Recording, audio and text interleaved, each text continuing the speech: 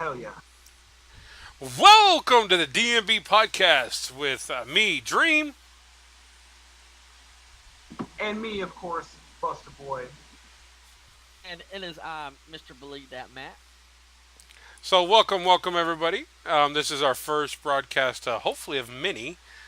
Uh, I'd like to say welcome to everybody. Glad to have you guys here. And our first podcast will be a good one. Now, just some rules that I thought I came up with that I thought would help move along these podcasts. Um, if you guys do agree with these, are whenever somebody's doing their main comments, no interruptions. Rebuttals can be interrupted. Agreed? Yep. Matt, do you agree? Yes. Okay. So, um, I will throw out the question of the day, and then we will discuss the question of the day. And that question of today is fantasy booking. How do you bring back Dean Ambrose, and in what way would you like to see him come back? As of now, he is not supposed to be back till at least the earliest is August. So keep that in mind when you do your fantasy booking because of his injury. And who should start?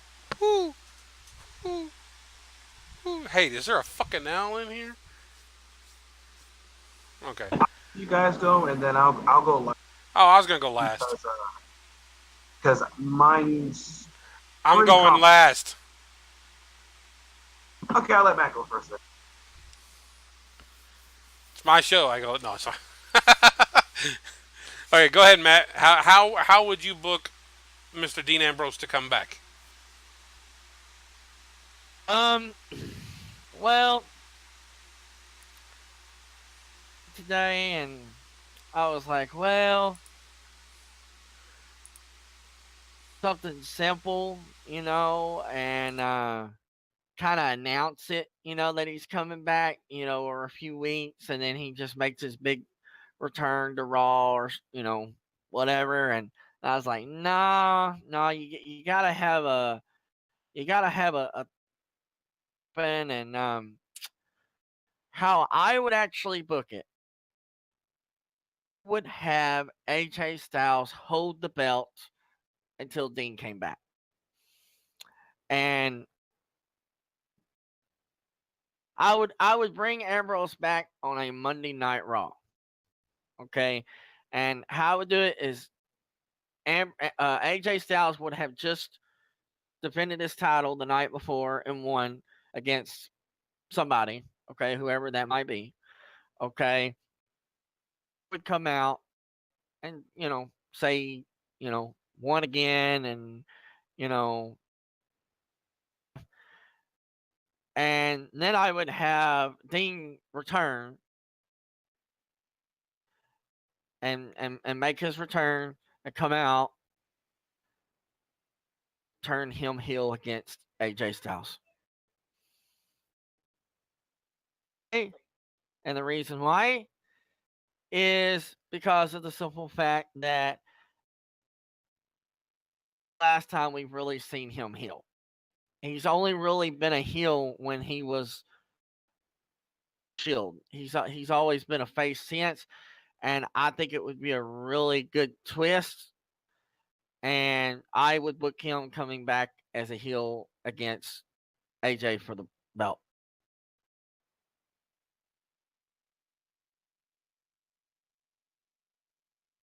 Eh, Yes. Can I ask you a question, Mister Sir? Okay. How did AJ Styles get to Raw? AJ Styles on SmackDown. That's what I'm telling you, like I told you the other night. Just because somebody's on a show don't mean that they can't not go to another show when they come back. They've done it before. No, what I'm saying is AJ Styles is on SmackDown. Why would he go to Raw? Go to Raw. I'm telling you, when Dean comes back, he will be coming. I will book him to come back to SmackDown, That's not what not you Raw. said. Yes, that is what I. That's what I was meaning. Oh, What okay. else would I be meaning? Well, you said when he came back to Raw and defended his title the next night, and the And night well, before, okay. it was like you Said moved that. AJ to Raw, and then you said have Well, Dean come back to Raw. I meant the SmackDown because that's AJ's show. Okay, I was just thinking next night after the pay per view. So yes, you correct me. I meant SmackDown. Okay. I was just wondering because I was confused. I didn't get it. I was out of the Yeah. loop here. I was like, wait a minute, where did AJ come from? Because last I knew he was on SmackDown. You talking about Raw? SmackDown. That's right. You have Raw and then SmackDown. So yes, SmackDown. Okay, so you're talking about him coming back to SmackDown and then just turning heel. Yes. Okay. Any rebuttals on that, Busta Boy? No. How I would do it is a little different. Okay, well let's hear your way. I would have Roman and Seth be in a bind. You know what I mean? They would be in serious trouble. Dean Ambrose comes out with an equalizer, a chair. He comes out, makes the save. Roman goes to get up. Bam! Hits him in the head with the chair. Ambrose just looks after hitting him with the chair. Heel turn. Immediate betray on Roman Reigns. Seth looks like, what? He gets blasted with the chair. Rollins just puts the chair, I mean, not Rollins, but Ambrose puts the chair down, walks away, exits out through the crowd, just walks away. Doesn't look at anyone after hitting it with the chair, just walks away. And then the next week, he comes back, Ambrose appears. He's like, for years, I have been going to war for you guys. I've done everything. When Seth Rollins betrayed me the first time, I would never, ever forget. But when I needed you, Roman, when I needed you, where were you? When I needed you, nowhere to be found. You were too busy hunting my goal that I should be hunting. When I was injured, you didn't even call me. And then, that kind of stuff to build up a storyline between him and Roman and Seth, of course. His battle with the Shield. So that's how I would do. I would turn Ambrose completely heel and have him betray Roman. And Seth, of course. That's how I would turn it. Wow. No one would see it coming. That's why, because no one would see Dean Ambrose turning heel coming. You both turned Ambrose. Like, immediately turned him.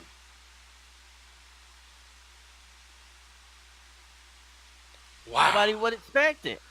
Wow. No one would. It's a swerve that no one would even think about.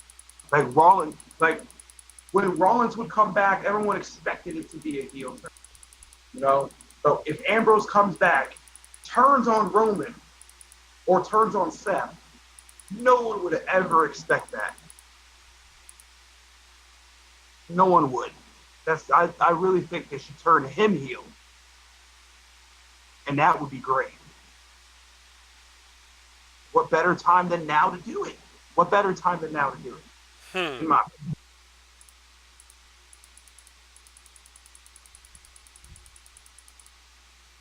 Oh, and that is all for me. Sorry. All I gotta say is you guys have some weird ways of bringing back the Lunatic Fringe. They don't call him the Lunatic Fringe for nothing. Now, I'm not saying mine's any better or any worse. Okay? But none of y'all even gave a timetable about when you guys would do this, anything like that. So I'm gonna break this down for you in detail because this is kind of the way I was looking at this. Okay, you got Roman and Bobby going next week. Okay, leaves Seth in limbo. Not really doing anything, going after any titles right now because he just lost the Intercontinental title. But he has, yeah, I think he has a legitimate beef with Drew McIntyre. But we're gonna break this down. So let's say next week Roman Reigns actually beats Bobby Lashley and becomes the number one contender. A lot of people think it's gonna happen that way. A lot of people don't want to see it happen that way, but a lot of people are thinking it. Okay. Now these battles go back and forth. Seth gets into some fights with Dolph, trying to get his title back. You know, and coming in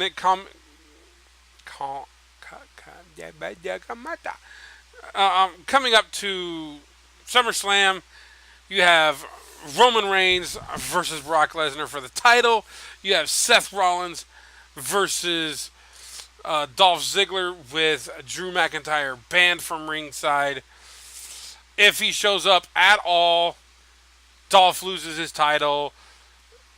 This, all of this, and then what happens? Comes SummerSlam.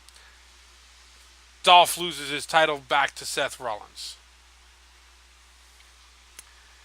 And Roman Reigns is in the main event.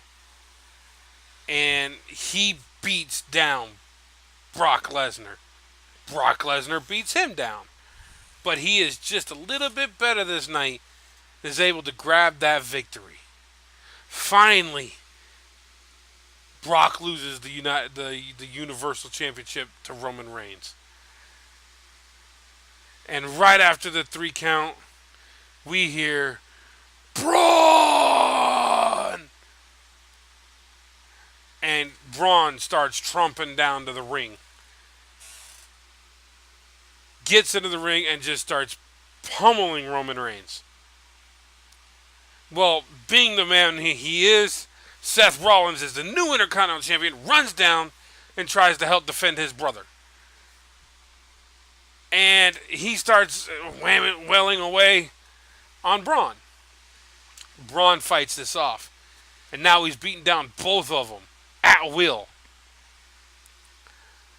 And then you hear the music of the Lunatic Fringe, Dean Ambrose. And he comes out of the crowd, grabs a steel chair, hits Braun in the back, takes him, hits him in the knee, drops him to one knee, hits him in the back again, and literally just starts destroying Braun by himself with this chair. And just repeatedly just pounds him down. And Seth gets up, he goes out, he rolls out, grabs a chair, and he starts going to work. Well, Roman gets up and he starts looking around. And he starts thinking, wait a minute. They're going to say that I needed you to. And he starts thinking this. He says, no, I don't need you to. So he rolls out of the ring and he grabs a kendo stick, comes in and he hits Dean Ambrose with it. And a shocked Seth Rollins goes, what the hell? And then he gets hit. And then he starts beating down those two.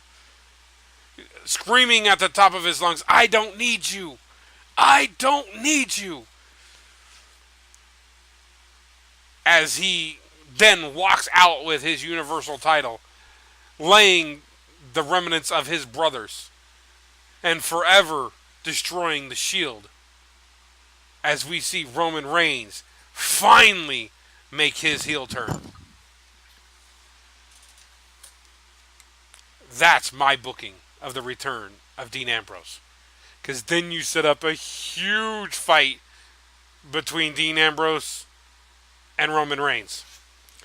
Which that culminates into Dean Ambrose finally winning the Universal title from Roman Reigns. Now, do you guys have any questions about that storyline? Nope. None at all. Huh? What? And Matt's like, huh? Did you even listen to my story?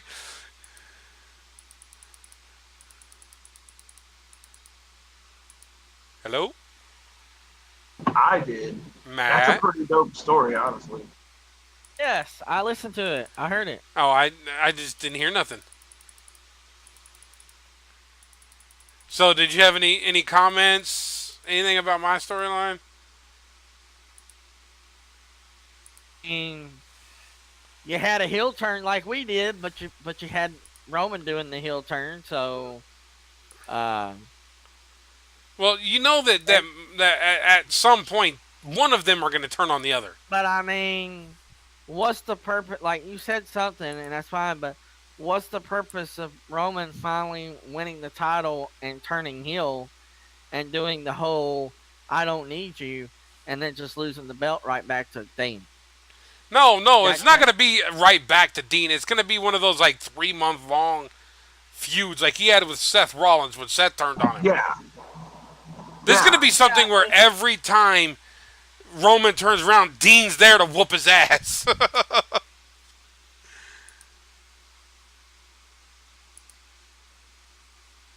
It's do it pretty like much that, gonna you can be. still look okay. If you do it that way, though, you're still. I'm sorry. I'm putting it out there. If you do the same thing like that you do to Seth, it still makes Roman look like a pussy. What do you mean? Okay, you're saying that you said that they would do something like they did with Seth, where No, no. they would just show up everywhere. What I'm saying is, remember how we were talking about the only way to save Roman Reigns' career is to turn him so heel and that he has to literally destroy the Shield and any conception that he would ever be a babyface again, right? He has to turn on the crowd. He has to turn on his brothers. He has to do everything. He That's has fine, to, and I and I that's what I'm saying. He does. He finally shoves everything out because everybody. He's finally going to say, you know what? I don't need your help. Everybody in the world who says I need your help can go fuck themselves. Okay, and that's what he's going to get across. And Dean's going to be like, well, what the fuck? And he's going to attack Roman. Roman's going to get Dean a lot of the time.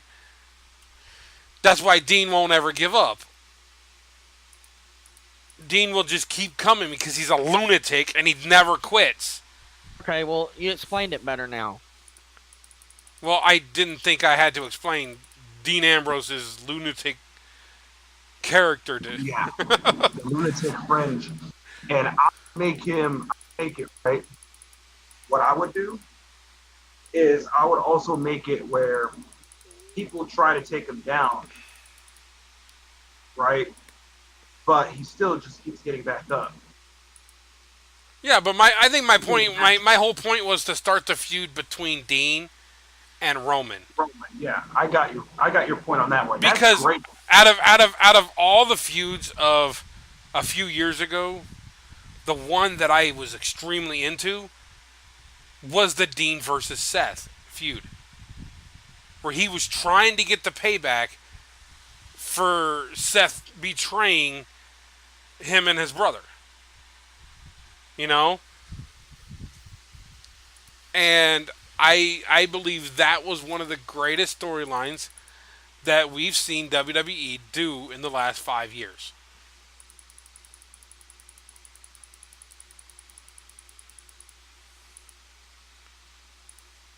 Yeah, 100% for sure, dude. I liked that Seth Rollins Ambrose feud. It was very entertaining. The ice bucket thing was funny as fuck. Yeah, I The Money in loved the that. Bank. That was fucking funny. He's like, what? It's for It's for charity. charity. And he throws the bucket at him. Oh, when they were doing the ice bucket challenge. Yeah. thing. Yeah, and then I even participated in the ice bucket challenge thing. I did too. Uh, I posted that on Facebook. hey, did you guys ever see the ice bucket challenge where the dude had the bulldozer and it was up and he let it down and come down and hit the dude and the actual bucket hit the dude in the head? Yeah, I did. Huh. That's funny. Sorry. And then those that were too big of a pussy to do it, they made the ice glass challenge. They did this ice glass challenge. It was funny as fuck.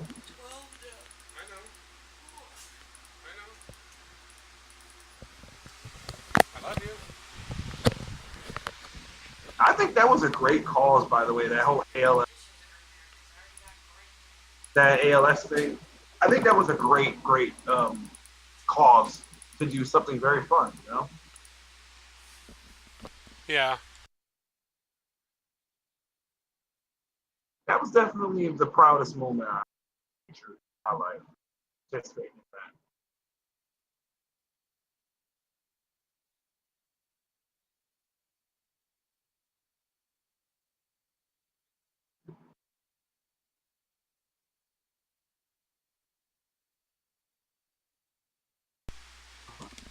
Okay, so, well, that was a quick podcast, I guess. I Huh? guess that was pretty quick. I guess next time we're gonna have to do a couple more things. I guess Yeah, we'll add a couple more things. because that was about 20 minutes or so. Hell yeah. All right. Well, thank y'all for being here. This was DMB podcast. Thank you guys so very much. We'll catch you next time. And as always, dream on, dream out.